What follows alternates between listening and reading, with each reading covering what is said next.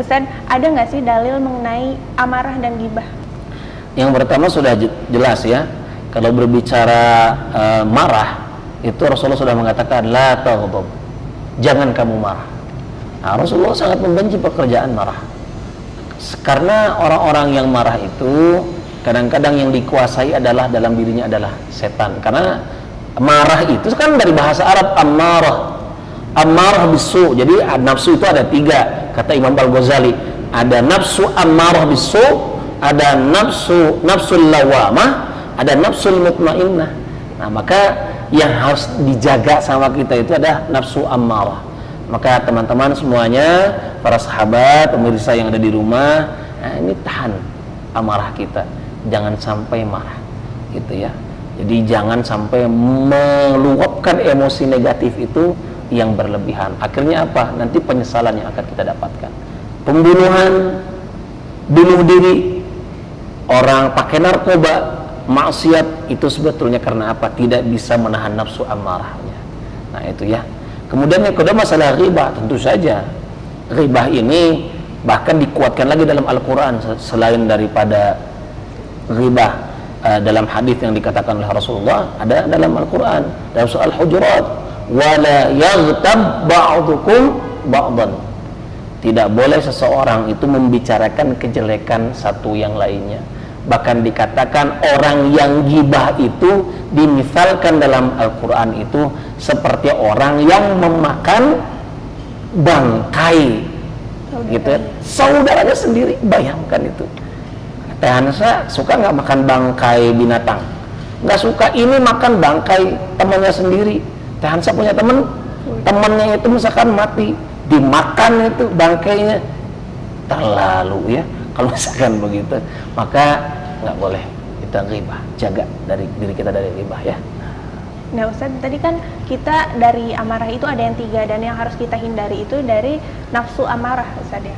Nah, bagaimana sih cara kita menghindari amarah? Karena sebetulnya amarah itu kan sesuatu yang datang dari hati. Nah, gimana Ustaz cara mencegahnya dan melampiaskannya menjadi hal yang baik gitu? Baik. Nafsu itu memang harus ada. Nggak mungkin orang tidak punya nafsu ya. Nanti kalau orang nggak punya nafsu, nanti makan nggak punya nafsu makan, nanti juga jadi masalah. Jadi nafsu itu pasti ada. Dorongan itu harus ada. Tapi tentu saja harus disalurkan kepada hal-hal yang positif. Salah satu caranya adalah untuk membimbing hati kita ke jalan yang baik itu adalah agar amarah ini terkendali. Tentu saja dengan selalu ingat kepada Allah Subhanahu wa taala. Banyak berzikir ya kepada Allah Subhanahu wa taala, dan zikir yang paling utama adalah apa? Salat.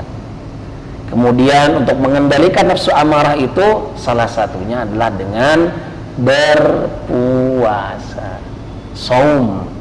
Nah, maka seperti dalam suatu hadis dikatakan man istata'a minkumul ba'ah falyatajawaz wa man lam yastati' fa alaihi bisawm. Jadi orang yang punya kemampuan untuk nikah ya nikah, tapi kalau nggak punya kemampuan untuk menahan syahwatnya itu salah satunya dengan cara saum. Nah, jadi berzikir, saum, selalu ingat kepada Allah Subhanahu wa taala. Semoga itu bisa menjadi treatment agar nafsu kita itu bisa disalurkan kepada hal-hal yang positif. Nah itu ya. Nah Ustaz, ketika tadi kita nggak bisa melampiaskan menjadi hal-hal yang positif itu, kira-kira apa sih Ustaz bahaya yang kita dapatkan kalau kita sering amarah dan ghibah? Ya, dengan sering meluapkan amarah, tentu saja akhirnya kita akan menjadi orang-orang, kalau kata orang Sunda itu getas harupatun. Jadi kalau mengambil keputusan itu ya kadang-kadang mikirnya kumaha engke, lain engke kumaha. Jadi bagaimana nanti? Jadi dia akan menjadi orang-orang yang asal saja dalam menentukan kehidupannya. Seakan-akan menjadi orang-orang yang nggak punya perencanaan. Padahal jelas dalam Al-Quran surah Al-Hasyr, wal tanzur nafsum ma qaddamat lighad. Orang itu harus punya punya planning, punya rencana. Nggak boleh asal-asal dia dalam mengerjakan pekerjaannya. Nah, orang-orang yang nggak bisa nahan amarah bisa begitu. Aku mang keweh gitu ya. Nah, yang kedua, tentu saja orang yang suka membicarakan orang lain, tentu saja jangan lupa nanti juga dia akan dibicarakan orang lain, akan dijauhi oleh orang lain. Jadi secara sosial dia juga akan dijauhi oleh orang-orang lain. Nah, jadi agar hidup kita ini berkah, hubungan kita dengan Allah baik, hubungan kita dengan sesama manusia juga baik, maka ya hal-hal seperti itu, marah, kemudian juga ghibah, sebaiknya dihindari. Ya, itu. Baik, Ustaz. Nah, ketika kita marah, Ustaz, marah nih kita. Terus hal apa yang harus kita lakukan untuk meredam amarah tersebut? Oke, baik. Ketika seseorang marah, kata Rasulullah, kalau ada seorang marah dan dia dalam keadaan berdiri, suruh orang itu agar duduk. Ya. Jadi kalau orang sedang marah berdiri, agar bisa redam amarahnya, suruh dia duduk. Kalau duduk masih ada amarahnya, maka suruh untuk dia berbaring.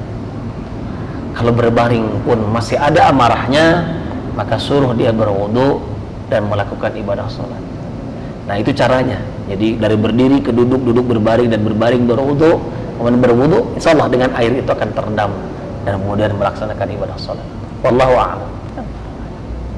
Alhamdulillahirrahmanirrahim. Sahabat, begitu tadi penjelasan mengenai episode kali ini mengenai apakah marah dan ghibah membatalkan puasa. Jadi tadi kita udah mendapatkan jawabannya bahwa sesungguhnya tidak membatalkan puasa, hanya saja mengurangi pahala puasa kita. Nah, kita harus menjauhi hal-hal yang tidak terpuji seperti marah dan ghibah gitu, karena hal-hal tersebut akan mengurangi efektivitas puasa kita.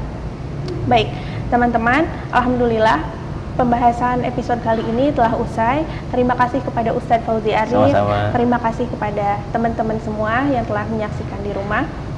Saya Kansya Akila pamit undur diri. Sampai jumpa di episode selanjutnya di Ramadan penuh berkah. Assalamualaikum warahmatullahi wabarakatuh.